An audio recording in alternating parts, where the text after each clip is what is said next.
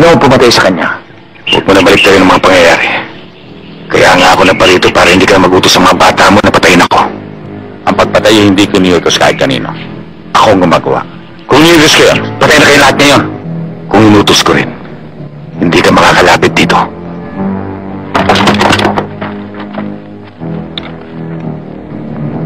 Ano ba talaga gusto mo? Buwakin ang ino mo!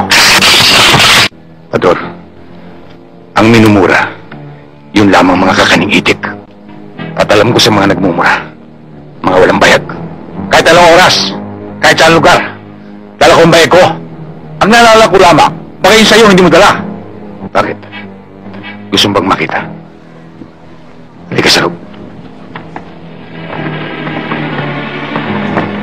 Talagang gusto mo makita? Ito. Katulad ng sinabi ko. Kahit saan lugar, kahit anong oras, dala ko ang bayag ko. Sige. Patunayan mo sa akin na marunong kang pumatay. At sa pagkakataong ito, wala tayong dapat idamay.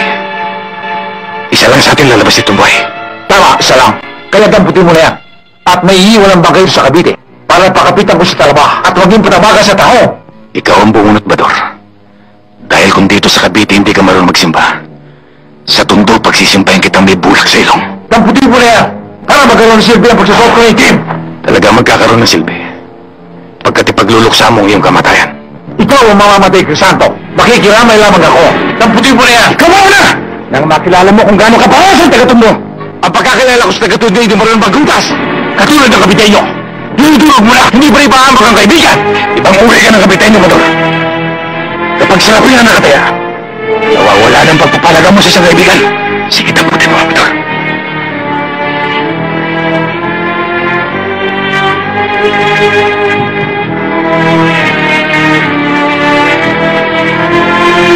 Crisanto! Bador!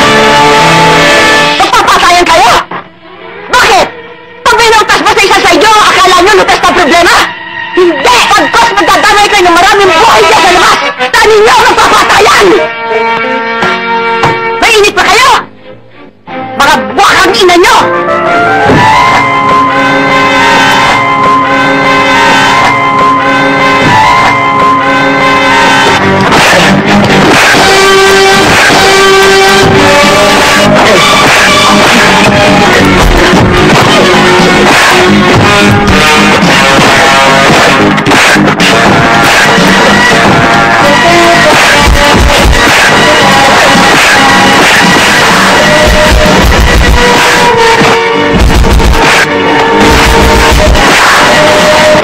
Hindi niyo binigyan ng halaga, hindi niyo pinagsamahan!